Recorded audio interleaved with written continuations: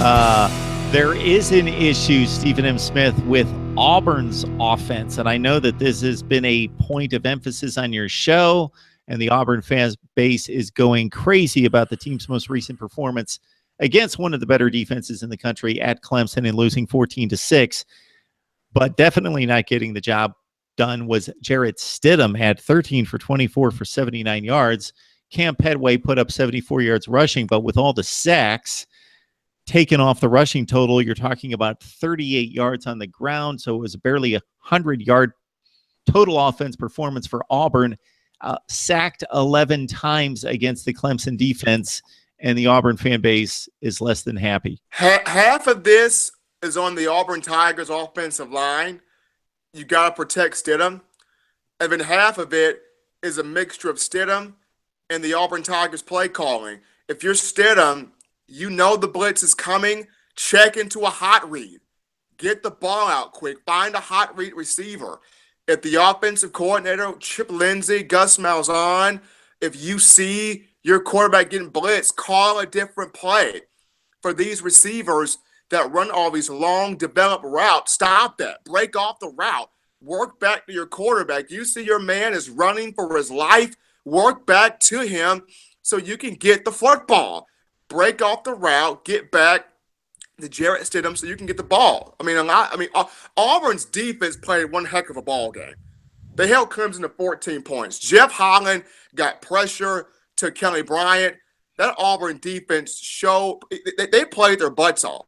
Kevin Steele and that defense really did a phenomenal job. But Auburn's offensive line has to get more power, has to get more consistent in protecting Stidham. But also with Stidham, if you're recognizing this team is blitzing you, check into a hot read, get the ball out to your hot read, and make something happen.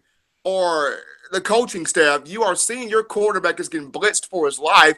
Check into a different play call. Change the protection. Do something. Stidham going 13 for 24 is not necessarily the issue. That's not a great passing percentage for most offenses around the country. In this age of college football, you're looking for your quarterback to complete 60 to 65% of the throws.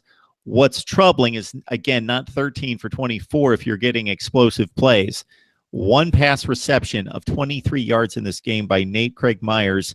Other than that, there was not a pass completion of over 10 yards. He was barely completing 50% of the throws, and these were checkoffs and dump downs to backs and wide receivers, not gaining much yardage. So no explosive plays in the Auburn offense, no efficiency there in the ground game, not extremely effective despite, again, as you mentioned, the Auburn defense keeping the team in the game to the end against Clemson. So Auburn dives into SEC play in a couple weeks and looks to be, despite this performance on offense, to be the prime foe that Alabama will have to overcome to win the SEC West. And we'll see about LSU as they open SEC play against Mississippi State this Saturday as well. Stephen M. Smith of Touchdown Alabama helping us out in analyzing Alabama football each and every Wednesday night. Please join Stephen on his show from 2 to 4 Central Time, The Way It Is, Fox 97.9. Stephen, we always appreciate the breakdown. No problem, Mark. Thank you. And very happy for you to get some Major League Baseball in your system today.